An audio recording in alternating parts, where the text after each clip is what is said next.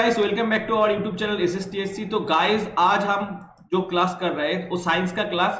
कौन सा एग्जामिनेशन के लिए आरआरबी, एएलपी एंड टेक्नीशियन का जो एग्जामिनेशन आपको होने वाला है कुछ ही देर में, ठीक है। एंड देखिए, ये जो साइंस क्लास है ऑलरेडी मेरा ऑनगोइंग क्लास है, ऑलरेडी चल रहा है, ठीक है। एंड ये जो क्लास है आपका लास्ट मिनट सजेशन के तौर पे आपको इसको मानना पड़ेगा।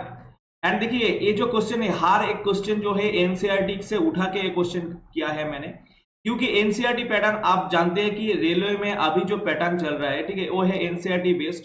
तो एनसीईआरटी क्वेश्चन को आपको अच्छे से करके एग्जामिनेशन हॉल में जाना पड़ेगा, क्योंकि आपको कॉमन लाना है। एग्जामिनेशन में ज्यादा टाइम आपको नहीं मिलेगा। आपको कॉमन अगर नहीं मिलेगा तो आप एग्जामिनेशन में ज्यादा से ज्यादा आंसर नहीं कर पाओगे। तो पहला वाला क्वेश्चन जो है, निम्नलिखित में से कौन सा जो है एक शारीरिक और भौतिक परिवर्तन है। तो चारों ऑप्शन आपके सामने में है। पहला वाला जो ऑप्शन है, लोहे धातु को पिघलना, ठीक है। आपका इसका मतलब क्या है, अगर कोई आयरन है उसको मेल्ट करते हैं आप। उसके बाद लोहे की रास्टिंग, लोहे के ऊपर जो रास्टिंग पड़ते हैं। उसके बाद ऑप्शन 3 में बोला है लोहे की खौर को मोड़ना, तो कोई भी लोहे का कोई आयरन का रॉड है उसको आप बेंड करते हैं। उसके बाद ऑप्शन 4 में है लोहे की धातु को तार खींचना, तो कोई भी लोहे का धातु है, लोहे का टुकड़ा है, उसको खींच के आप तार बना रहा है, ठीक है। तो इनमें से चारों जो ऑप्शन आपके स्क्रीन में है, इनमें से ऑप्शन 2 को छोड़ के, ऑप्शन 2 में देखिए ये जो रास्टिंग पढ़ना है ये केमिकल चेंजेस है, ठीक है। ये है एक केमिकल चेंज, ठीक है। तो एक केमिकल चेंज को छोड़ के बाकी तीनों जो ऑप्शन आपको दिया हुआ है, ये तीनों ही भौतिक परिवर्तन का एग्जाम्पल है। तो ऑप्शन 1, 2 एंड 1, 3 एंड 4 जो है ये आपको दिखने को मिलेगा ऑप्शन सी में। तो ऑप्शन सी आपका करेक्ट आंसर बन जाएगा। उसके बाद नेक्स्ट क्वेश्चन के ऊपर हम आगे बढ़ेंगे। बोला है निम्नलिखित में से कौन सा एक प्राकृतिक में सजातीय है। इसका मतलब क्या है, कौन सा धातु जो है ये होमोजीनियस इन नेचर है, ठीक है। तो होमोजीनियस का मतलब क्या है, अगर कोई धातु है उसका मास में हर एक जगह में उसका कंपोजिशन सेम है तो उसको हम बोलते हैं होमोजीनियस, ठीक है। जैसे कि मान लीजिए आइस एक होमोजीनियस मिक्सचर है, एयर एक होमोजीनियस मिक्सचर है। इसमें कोई सेपरेशन बाउंड्री आपको देखने को नहीं मिलेगा। कोई भी सेपरेशन बाउंड्री आपको होमोजीनियस मिक्सचर में देखने को नहीं मिलेगा। एंड ये जो होमोजीनियस मिक्सचर है इसका जो उल्टा केस है वो है हेटेरोजीनियस।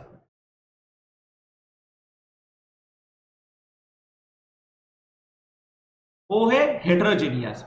एंड हेटेरोजीनियस का मतलब क्या है, इसके मास के अंदर में हर एक जगह में इसका कंपोजिशन सेम नहीं है। डिफरेंट एरिया में डिफरेंट कंपोजिशन आपको दिखने को मिलेगा, ठीक है। एंड इसमें आपको सेपरेशन बाउंड्री दिखने को मिलेगा।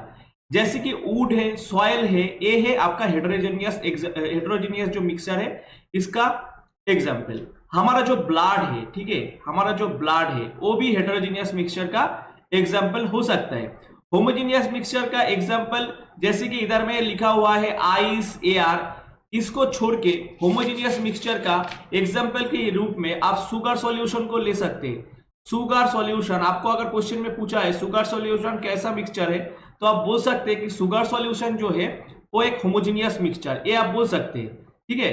ब्रास जो है वो है एक होमोजीनियस मिक्सचर का एग्जाम्पल। तो देखिए, इनमें से आपको बोला है होमोजीनियस मिक्सचर कौन सा है, तो एयर एंड आइस आपका आंसर होगा। 1 एंड 4 आपका आंसर होगा। तो 1 एंड 4 ऑप्शन सी में दिखाई दे रहा है, तो ऑप्शन सी आपका करेक्ट आंसर निकल के आएगा। उसके बाद नेक्स्ट क्वेश्चन के ऊपर आगे बढ़ेंगे। बोला है निम्नलिखित में से कौन सा रासायनिक परिवर्तन है, इनमें से कौन सा रासायनिक परिवर्तन होगा। तो देखिए, लकड़ी को सड़ना, ठीक है, इसका मतलब क्या है, कोई भी लकड़ी है, कोई भी वुड है, वुड को डिकेइंग कर रहे हैं हम, ठीक है।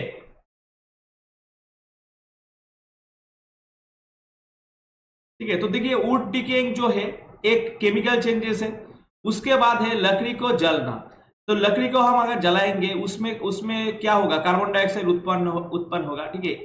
तो ये जो है ये भी एक केमिकल चेंजेस का एग्जांपल है। उसके बाद ऑप्शन 3 में है लकड़ी को काटना। तो लकड़ी को काटना जो है एक फिजिकल चेंज होता है। तो ऑप्शन 3 जो है एक फिजिकल चेंज है।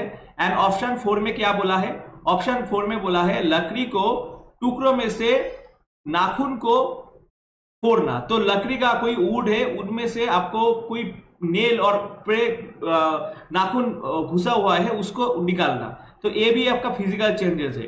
तो आपको क्वेश्चन में पूछा है रासायनिक परिवर्तन कौन सा है, तो रासायनिक परिवर्तन हो जाएगा ऑप्शन 1 एंड 2। ऑप्शन 1 एंड 2 जो है आपका केमिकल चेंजेस का एग्जाम्पल हो जाएगा, ठीक है। एंड देखिए आपको यही बोला है, तो ऑप्शन, चलिए नेक्स्ट क्वेश्चन के ऊपर हम आगे बढ़ते हैं। नेक्स्ट क्वेश्चन में बोला है, तो देखिए नेक्स्ट क्वेश्चन में बोला है आयोडीन का टिंचर में एंटीसेप्टिक गुण होता है, ठीक है। तो आयोडीन के जो टिंचर है उसमें एंटीसेप्टिक गुण आपको मिलता है। ये जो सॉल्यूशन है एक कैसे बना हुआ होता है, ठीक है। तो देखिए ये जो सॉल्यूशन है कैसे, ये समाधान विघटित करके बनाया जाता है, और ठीक है, तो ये किसको डिजॉल्व करके बनाया जाता है। पहला जो ऑप्शन है इसमें बोला है iodine and potassium iodide. Option B में बोला है iodine and vaseline. Option C में बोला है आयोडीन इन वाटर, आयोडीन को वाटर में डाल के। उसके बाद बोला है आयोडीन को अल्कोहल में डाल के। तो आयोडीन का जो टिंचर है इसको, आयोडीन को आपको अल्कोहल के अंदर डालना पड़ेगा, ठीक है। उसके बाद ये जो टिंचर सॉल्यूशन है जो एंटीसेप्टिक के रूप में हम इस्तेमाल करते हैं, ये आपको प्रस्तुत कर सकते हैं हम, ठीक है। एंड इसी को एक दूसरा नाम भी हम दे सकते हैं, इसी को हम एक दूसरा नाम भी देख सकते हैं, इसी को हम बोलते हैं वीक आयोडीन सॉल्यूशन।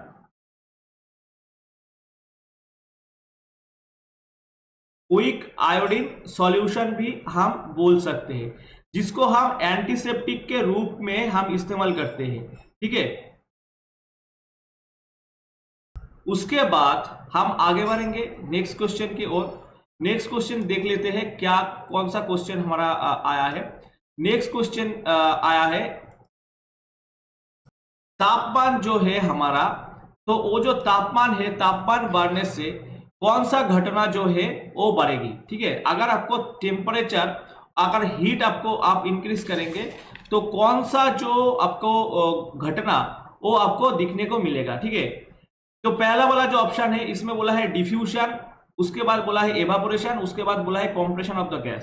तो देखिए अगर तापमान ज्यादा होगा तो ये जो गैस का जो मॉलिक्यूल्स है, कोई भी मेटल, कुछ एलिमेंट का जो मॉलिक्यूल्स है उसके अंदर जो गैप है वो इंक्रीज ज्यादा हो जाएगा, ठीक है। तो उसके अंदर इंक्रीज ज्यादा हो जाएगा तो वो गैस, उसको गैस बन सकते हैं, लिक्विड क्या होगा, गैस बन जाएगा, ठीक है। तो ये जो चारों ऑप्शन है इनमें से देखिए एवापोरेशन जो है वो टेम्परेचर बढ़ने से ज्यादा होगा, डिफ्यूजन जो है वो टेम्परेचर बढ़ने से ज्यादा होगा, expansion of the gas, gas का एक्सपांशन ज्यादा होगा, क्योंकि ये जो मॉलिक्यूल्स है इसका जो मॉलिक्यूल्स है, ठीक है, इसका दोनों का जो गैप है ये ज्यादा इंक्रीज हो जाएगा, ठीक है। तो अगर आपका टेम्परेचर इंक्रीज है तो इवापोरेशन तो बढ़ेगा, उसके बाद डिफ्यूजन भी इंक्रीज होगा एंड गैस का एक्सपांशन होगा, ठीक है। ये तीनों केस ही इंक्रीज होगा। एंड देखिए टेम्परेचर अगर ज्यादा होगा, ये जो गैस है, गैस का काइनेटिक एनर्जी, गैस का मॉलिक्यूल जो है उस मॉलिक्यूल का काइनेटिक एनर्जी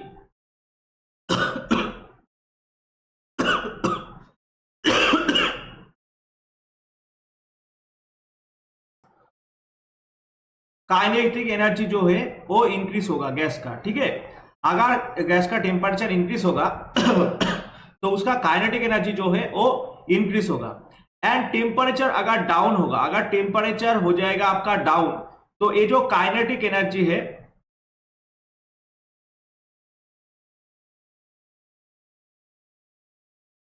वो डिक्रीज हो जाएगा, ठीक है। कंप्रेस करने से, अगर गैस को आप कूलिंग करेंगे तो आपको क्या होगा, काइनेटिक एनर्जी जो है गैस का वो डिक्रीज हो जाएगा, ठीक है।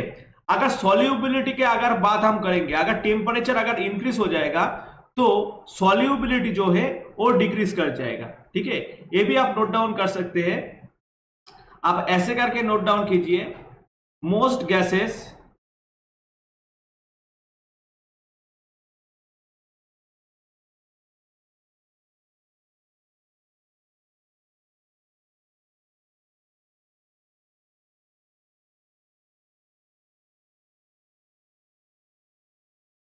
मोस्ट गैसेस सॉल्युबिलिटी क्या कर जाता है, डिक्रीज हो जाता है, ठीक है।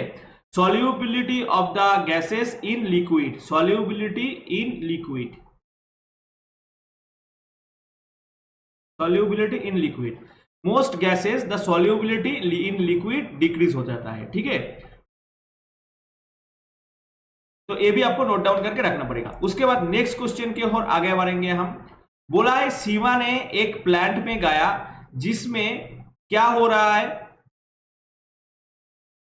सीमा ने एक नेचुरल गैस कंप्रेसिंग यूनिट में विजिट किया जहां पर गैस को लिक्विफिकेशन कर रहा है एक स्पेसिफिक टेम्परेचर पर, एक स्पेसिफिक कंडीशन पर, यानी कि एक टेम्परेचर एंड प्रेशर में।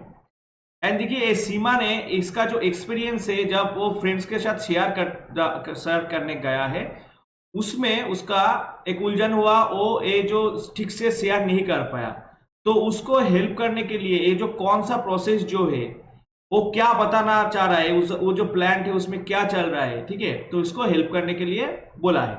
तो देखिए ये जो क्वेश्चन है, वो जो प्लांट है जहां पर गैस को लिक्विफिकेशन कर रहा है, वो कैसे गैस को हम लिक्विफिकेशन करते हैं आइए डिस्कस करते हैं हम।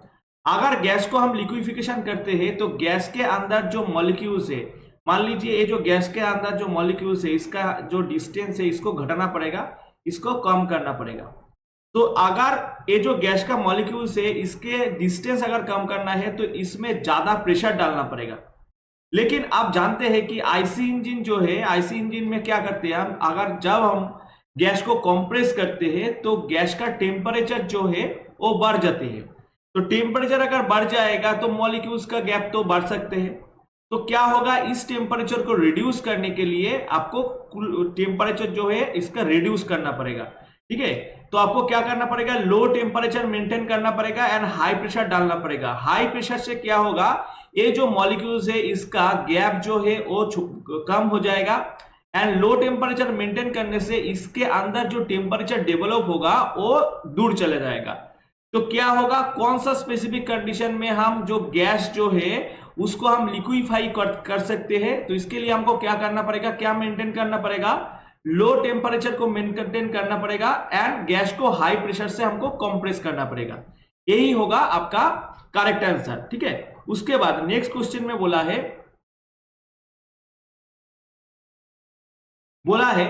प्रवाह का गुण तरल पदार्थ के लिए अद्वितीय है। ठीक है, यूनिक कैरेक्टरिस्टिक्स है तरल पदार्थ के लिए। निम्नलिखित में से कौन सा कथन सही है, इनमें से जो चारों ऑप्शन है इनमें से कौन सा जो कथन है वो सही है। तो ऑप्शन ए बोला है only gas behave like fluid, तो जिसका फ्लोइंग एबिलिटी है, तो ओनली ए गैस के लिए फ्लोइंग एबिलिटी है, तो ओनली गैस के लिए फ्लोइंग एबिलिटी ली है। फ्लोइंग एबिलिटी है, फ्लो करने का जो एबिलिटी जो क्षमता है, प्रवाह का जो गुण है वो तरल पदार्थ के लिए भी है, लिक्विड के लिए भी है एंड गैस के लिए भी है। इसी के कारण इसका हम क्या बोलते हैं, इसी को हम कारण इसका हम बोलते हैं फ्लूइड। ठीक है, इसी को हम बोलते हैं फ्लूइड। तो ओनली गैस के लिए ए क्षमता नहीं है, तो ऑप्शन ए आपका करेक्ट नहीं होगा। ऑप्शन बी में बोला gas and solids behave like a fluid, solids तो फ्लूइड नहीं है। Gas and liquid behave like a fluid, ये आपका करेक्ट आंसर बन जाएगा। तो ऑप्शन सी आपका करेक्ट आंसर बन जाएगा। तो प्रवाह का गुण जो है वो सिर्फ तरल पदार्थों के लिए अद्वितीय नहीं है, ये लिक्विड के साथ साथ गैस के लिए भी है। ठीक है, ये गुण गैस के लिए भी है। तो आपका करेक्ट आंसर जो निकल के आएगा ऑप्शन सी। उसके बाद नेक्स्ट क्वेश्चन के ऊपर हम फोकस करेंगे। तो अगला क्वेश्चन में जो बताया वो है गर्मियों के दौरान मिट्टी के बर्तन में रखा पानी ठंडा हो जाता है, इसका कारण क्या है। ठीक है, समर के टाइम में जो मिट्टी के से बना हुआ जो बर्तन है उसमें उसके अंदर अगर हम पानी डालते हैं तो वो पानी क्या हो जाता है, ठंडा हो जाता है। तो इसका कारण क्या है, तो देखिए इसका कारण जो है एवापोरेशन। ठीक है, इसका कारण जो है वो है एवापोरेशन। ठीक है, तो इसको आपको, ये तो बहुत ही इजी वाला क्वेश्चन है, 10th स्टैंडर्ड क्वेश्चन है, आप सब लोग जानते हैं। क्योंकि क्या होता है, ये जो मिट्टी से बना हुआ बर्तन है इसके अंदर छोटा छोटा छिद्र होता है। ठीक है, उनमें से जो पानी बाहर आता है एंड उसका एवापोरेशन होता है। इस एवापोरेशन के लिए जो लेंथ आप चाहिए वो क्या है, बचा हुआ जो पानी है बर्तन के अंदर उधर से लेते हैं, तो उसका जो टेम्परेचर है वो डाउन हो जाता है एंड उसमें कूलिंग इफेक्ट होता है। ठीक है, तो इसका आंसर क्या हो जाता है, इसका आंसर क्या होगा, एवापोरेशन इसका करेक्ट आंसर निकल के आएगा। एंड इसके साथ मैं कुछ आपको नोट डाउन कराऊंगा, एक इसको नोट डाउन कीजिए। ये जो ऑस्मोसिस प्रोसेस है बहुत ही इंपॉर्टेंट प्रोसेस है, ठीक है। ज्यादातर डिफ्यूजन में क्या होता है, अगर डेंसर मीडियम से, ठीक है, उससे कम डेंसर मीडियम में क्या होता है, मॉलिक्यूल्स का फ्लो होता है। लेकिन ऑस्मोसिस में क्या होगा, ऑस्मोसिस प्रोसेस में क्या होता है, हायर कॉन्सेंट्रेशन जो मिक्सचर है, हायर कॉन्सेंट्रेशन, हायर कॉन्सेंट्रेशन से लोअर कॉन्सेंट्रेशन के ओर,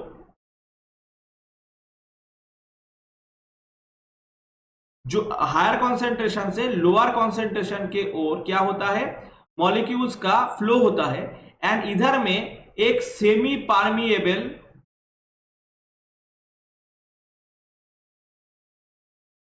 मेम्ब्रेन, एक सेमी परमिएबल मेम्ब्रेन होता है। अगर आपको पूछा है इनमें से कौन सा प्रोसेस में एक सेमी परमिएबल मेम्ब्रेन का प्रेजेंस होता है, तो आपका क्या आंसर हो जाएगा, आपका आंसर हो जाएगा ये जो प्रोसेस है osmosis process. And diffusion process में क्या होता है, डिफ्यूजन प्रोसेस में भी हायर कॉन्सेंट्रेशन से लोअर कॉन्सेंट्रेशन के ओर क्या होता है, लिक्विड का, ठीक है, मॉलिक्यूल्स का फ्लो होता है। हायर कॉन्सेंट्रेशन से लोअर कॉन्सेंट्रेशन में क्या होता है, मॉलिक्यूल्स का फ्लो होता है, ठीक है। हायर कॉन्सेंट्रेशन रीजियन, इधर में रीजियन लिख लीजिए, हायर कॉन्सेंट्रेशन रीजियन से लोअर कॉन्सेंट्रेशन रीजियन में मॉलिक्यूल्स का फ्लो होता है। लेकिन कोई सेमी परमिएबल मेम्ब्रेन का जरूरत नहीं है डिफ्यूजन में, लेकिन उसका जरूरत होता है क्या, उसका जरूरत होता है ऑस्मोसिस प्रोसेस में, ठीक है। एंड ट्रांसपिरेशन प्रोसेस जो है, इस प्रोसेस में वाटर मूवमेंट करते हैं प्लांट के अंदर। प्लांट में आपका ट्रांसपिरेशन प्रोसेस जो है, इसके इस माध्यम से जो वाटर है वो फ्लो करते हैं, ठीक है। तो इसको आपको नोट डाउन करके रखना है, जो जो रिलेटेड क्वेश्चन मैंने आपको बताया। उसके बाद नेक्स्ट क्वेश्चन में हम फोकस करेंगे। तो बोला है इस क्वेश्चन में, कुछ पदार्थ को, उनको, कौन को, उसका जो मॉलिक्यूल्स है, उसका जो एटम है, उसके बीच के आकर्षण बल के बढ़ती क्रम में व्यवस्थित किया जाता है। निम्नलिखित में से कौन सा एक सही व्यवस्था का प्रतिनिधित्व करते हैं। तो देखिए इनमें से एक जो सब्जेक्ट है इसको आपको पकड़ना पड़ेगा। ये जो सेम मॉलिक्यूल्स है, इसका बीच का जो अट्रैक्शन फोर्स, सेम मॉलिक्यूल्स का बीच का जो अट्रैक्शन फोर्स, उसको हम बोलते हैं कोहेशन। एंड डिफरेंट मॉलिक्यूल्स का बीच का जो अट्रैक्शन फोर्स, उसको हम बोलते हैं एडिशन, ठीक है। सेम मॉलिक्यूल्स के लिए हम बोलते हैं कोहेशन, एंड डिफरेंट मॉलिक्यूल्स का बीच का जो अट्रैक्शन फोर्स, उसका हम बोलते हैं एडिशन। तो इस कोहेसिव फोर्स के आधार पर उसका एक इंक्रीजिंग ऑर्डर हमको, ऊर्ध्वक्रमांक हमको बनाना है। तो कौन सा ऑप्शन, इनमें से जो चारों ऑप्शन है, आपको चारों ऑल्टरनेटिव दिया है, water, air, wind, air, sugar, oil, oxygen, water, sugar, and salt, juice and air, ये जो चारों ऑप्शन दिया है, इनमें से कौन सा आपका करेक्ट आंसर हो जाएगा। तो देखिए आपका करेक्ट, देखिए अगर आपको बोला है कोहेसिव फोर्स के आधार पर गैस, लिक्विड एंड सॉलिड को आपको इंक्रीजिंग ऑर्डर में आपको डालना है, तो पहले सबसे कम कोहेसिव फोर्स होता है गैस में, उससे ज्यादा होता है लिक्विड में, एंड सबसे ज्यादा होता है सॉलिड में। यानी कि सॉलिड में एक दूसरा कोना जो है, एक दूसरा जो मॉलिक्यूल से, एटम से, उसका जो बीच का जो अट्रैक्टिव फोर्स है उसमें ज्यादा होता है, लिक्विड में उससे थोड़ा सा कम, एंड गैस में बहुत ही कम होता है, ठीक है। तो देखिए ऑप्शन सी आपका करेक्ट आंसर हो जाएगा, ऑक्सीजन, वाटर एंड शुगर, ठीक है। इधर में क्या बोला है, आपको इंक्रीजिंग ऑर्डर में आपको अरेंज करना पड़ेगा। कुछ पदार्थों को, उनको, कौन को, बीच का आकर्षण बल की बढ़ती क्रम, इधर में क्या बोला है, बढ़ती क्रम, इसका मतलब क्या है, इंक्रीजिंग ऑर्डर में आपको डालना पड़ेगा। तो सबसे कम है ऑक्सीजन का, उसके बाद वाटर का, उसके बाद है शुगर का। तो ऑप्शन सी जो है आपका करेक्ट आंसर निकल के आएगा। उसके बाद नेक्स्ट क्वेश्चन में बोला है ए 25 degree Celsius, 38 degree Celsius and 60 degree Celsius. इसको ये जो डिग्री सेल्सियस में इसका टेम्परेचर आपको दिखाई दे रहा है, इसका इक्विवेलेंट टेम्परेचर केल्विन में क्या है इसको बताना पड़ेगा। तो देखिए डिग्री सेल्सियस को आपसे अगर आपको केल्विन में कन्वर्ट करना है तो आपको क्या करना है, छोटा सा एक काम करना है, 273 से आपको ऐड करना पड़ेगा। जो डिग्री में आपको टेम्परेचर दिया हुआ है उसके साथ 273 ऐड करने से आपका केल्विन वाला जो टेम्परेचर वो आ जाएगा। तो देखिए 25 आ जाएगा, 273 प्लस 25, इसका मतलब क्या है 298 केल्विन। एंड केल्विन में कोई डिग्री का साइन हम नहीं इस्तेमाल करते हैं। 38 डिग्री क्या हो जाएगा, 273 प्लस 38, तो इसका आंसर आ जाएगा 311, ठीक है, केल्विन आपका हो जाएगा। एंड 273 प्लस 66, इसमें क्या आ जाएगा आपका 339 केल्विन आपका आ जाएगा। तो देखिए 298, 311 एंड 339 जो है आपको ऑप्शन ए में दिखाई दिया है, ठीक है। आपको क्वेश्चन में ऐसे भी पूछ सकते हैं कि इसको आपको फ़ारेनहाइट में अगर कन्वर्ट करना है तो क्या होगा बताओ। तो देखिए डिग्री सेल्सियस को मान लीजिए 25 डिग्री सेल्सियस, इसको अगर फ़ारेनहाइट में आपको कन्वर्ट करना है तो आपको क्या करना पड़ेगा, इसको पहले 1.8 से मल्टीप्लीकेशन करना पड़ेगा एंड उसी के साथ आपका 32 को प्लस करना पड़ेगा। तो 25 डिग्री को आपको 1.8 से मल्टीप्लीकेशन करने से आ जाएगा 45, ठीक है। 25 को 1.8 से मल्टीप्लाई करने से आपको आ जाएगा इधर में 45 एंड इसके साथ आपको ऐड करना है 32। तो फ़ारेनहाइट में इसका वैल्यू क्या हो जाएगा 77 डिग्री फ़ारेनहाइट, ठीक है।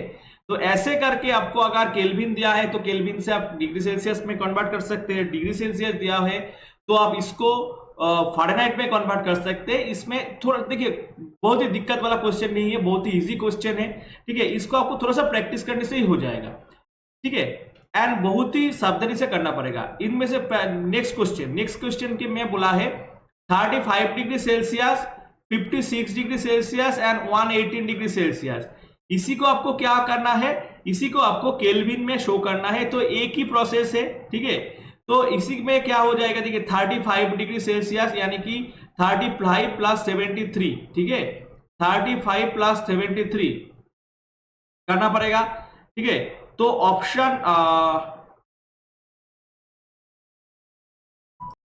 ऑप्शन सी जो है आपका करेक्ट आंसर हो जाएगा।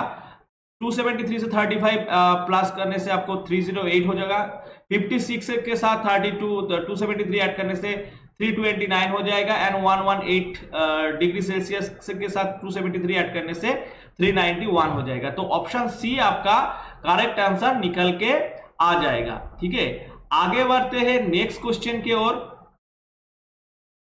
नेक्स्ट क्वेश्चन में बोला है निम्नलिखित में से कौन सा स्थिति पानी के बाष्पीकरण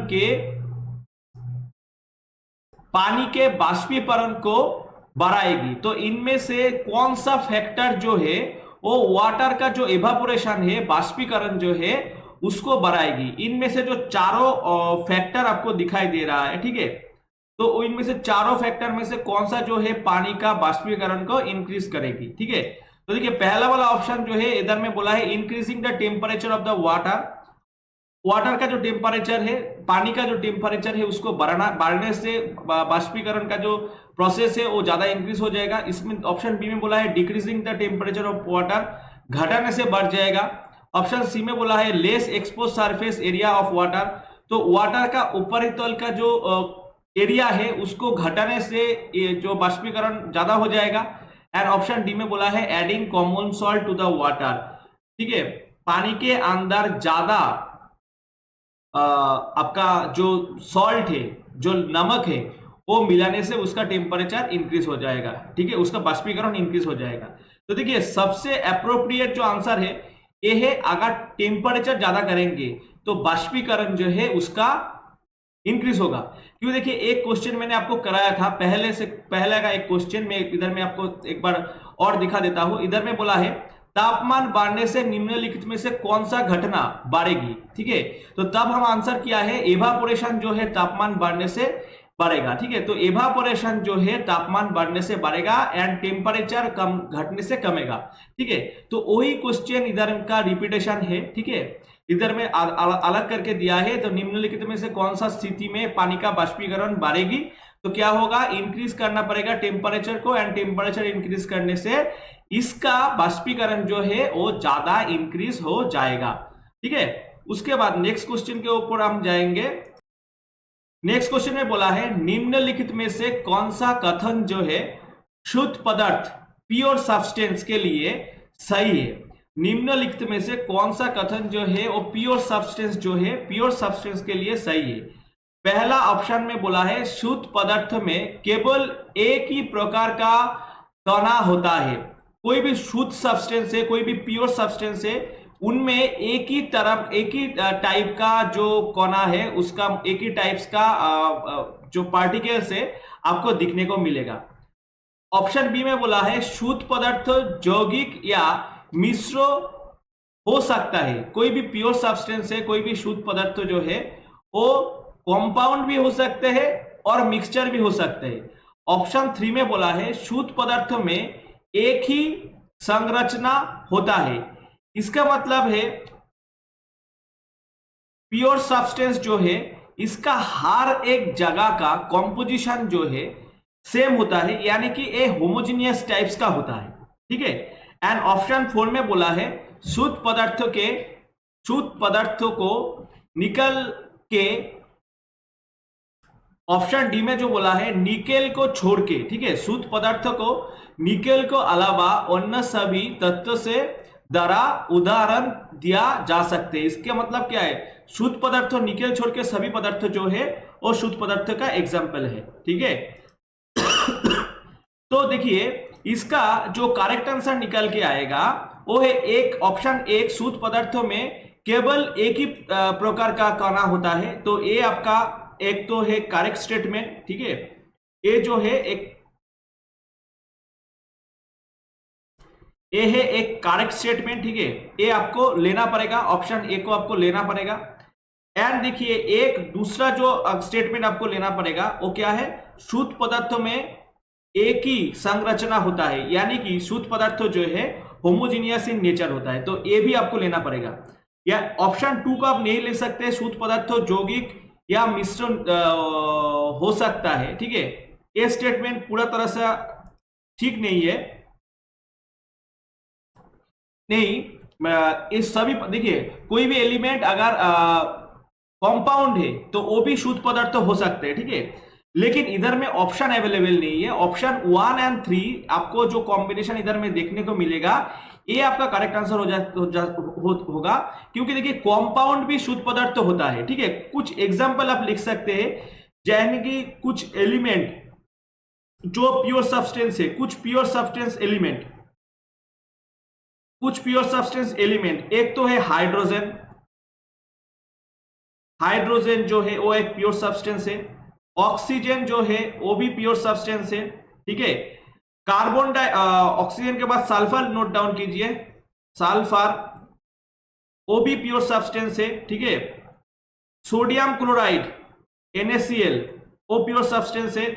H2O प्योर सब्सटेंस है, ठीक है। कार्बन डाइऑक्साइड CO2 ये प्योर सब्सटेंस है। तो इसको छोड़ के बहुत सारा और एग्जाम्पल भी है, जैसे कि मान लीजिए आयरन, ठीक है। ये आयरन निकेल, आयरन है, निकेल है, मार्करी, गोल्ड,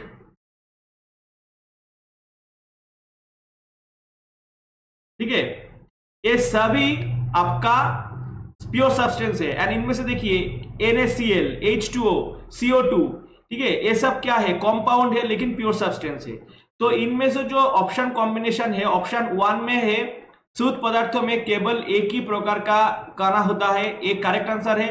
एंड शुद्ध पदार्थों में एक ही संरचना है, इसका मतलब क्या, शुद्ध पदार्थ जो है वो होमोजीनियस इन नेचर होता है। तो ये भी करेक्ट स्टेटमेंट है। तो इसको आपको ऑप्शन A 1 एंड 3 आपका करेक्ट आंसर हो जाएगा। एंड ऑप्शन 1 एंड 3 जो है ऑप्शन बी में आपको दिखने को मिलेगा ये कॉम्बिनेशन, इसीलिए आपका ऑप्शन बी करेक्ट आंसर हो जाएगा। उसी के बाद नेक्स्ट क्वेश्चन में बोला है लोहा में बनी किसी वस्तु में जंग लगना कहलाता है। तो देखिए लोहा में अगर रास्टिंग पड़ गया है, ठीक है, कोई आयरन है उसके ऊपर रास्टिंग पड़ गया है, ठीक है, तो क्या बोलेंगे आप उसको, ठीक है, तो उसको हम बोलेंगे corrosion and it's is a chemical change. Corrosion जो है एक केमिकल चेंजेस का एग्जांपल है। तो लोहा के ऊपर जो रास्टिंग पड़ते हैं उसको हम बोलते हैं करोशन इफेक्ट। एंड ये जो करोशन इफेक्ट है ये एक केमिकल चेंजेस है, ठीक है, ये एक केमिकल चेंजेस है। अगर आपको इसका इक्वेशन बनाना पड़ेगा तो आप ऐसे लिख सकते हैं 4Fe2O3 4Fe नहीं 4Fe प्लस 3O2, ठीक है, 4Fe plus 3O2 plus H2O, ठीक है, इनमें से क्या हो जाएगा 2Fe2O3 प्लस H2O, ठीक है, इसको बैलेंसिंग कर लेना है। ये 4Fe plus 3O2 plus H2O is equal to 2Fe2O3 H2O, ठीक है।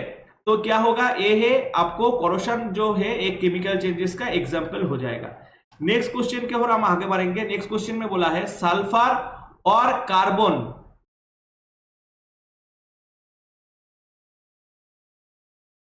सल्फर एंड कार्बन डाइसल्फाइड का मिश्रण, ठीक है, सल्फर एंड कार्बन डाइसल्फाइड का जो मिक्सचर होता है वो किस टाइप का एग्जांपल होता है, ठीक है। तो देखिए ये होगा एक हेटेरोजेनियस एवं इसमें टिंडल इफेक्ट आप देख सकते हैं, ठीक है। तो ऑप्शन ए जो है इसका करेक्ट आंसर निकल के आएगा। इसका आंसर क्या होगा, इसका आंसर होगा हेटेरोजेनियस मिक्सचर है। हेटेरोजेनियस मिक्सचर के अभी तक आपको क्लियर हो चुका है, क्योंकि हेटेरोजेनियस मिक्सचर मैंने बहुत सारा इस क्लास में बोला हूं कि हेटेरोजेनियस मिक्सचर वो मिक्सचर है जिसका थ्रू आउट द मास उसका कॉम्पोजिशन सेम नहीं होता है। एंड इसमें बाउंड्री आप देख सकते हैं दो एलिमेंट का, ठीक है। एंड इसमें क्या होगा, टिंडल इफेक्ट आपको देखने को मिलेगा। लाइट को स्कैटरिंग आप देख सकते हैं, लाइट का जो वे आप उसको फाइंड कर सकते हैं, ठीक है। तो सल्फर और कार्बन डाइसल्फाइड, ठीक है, उसका सल्फर एंड कार्बन डाइसल्फाइड का जो मिक्सचर है, मिश्रण है, वो क्या है, एक हेटेरोजेनियस मिक्सचर है। एंड इसमें आपको टिंडल इफेक्ट आपको दिखने को मिलेगा। तो ये होगा आपका करेक्ट आंसर। तो फ्रेंड्स कैसा लगा क्लास, कमेंट करने से मत भूलिए। एंड अच्छा लगा है तो फ्रेंड्स के अंदर जरूर शेयर कीजिएगा। इसका पीडीएफ कॉपी को लेके परेशान मत होइए, इसका पीडीएफ कॉपी आपको टेलीग्राम चैनल में मिल जाएगा क्लास होने की एक दिन बाद में, ठीक है। तो पीडीएफ कॉपी अगर चाहिए तो टेलीग्राम चैनल में जरूर ज्वाइन हो जाएगा। एंड ऐसे क्लास आपको अगर चाहिए तो कमेंट करना मत भूलिए। मिलते हैं नेक्स्ट वीडियो में, तब तक के लिए आपका प्रिपरेशन अच्छा करके जारी रखिए। Thanks for watching.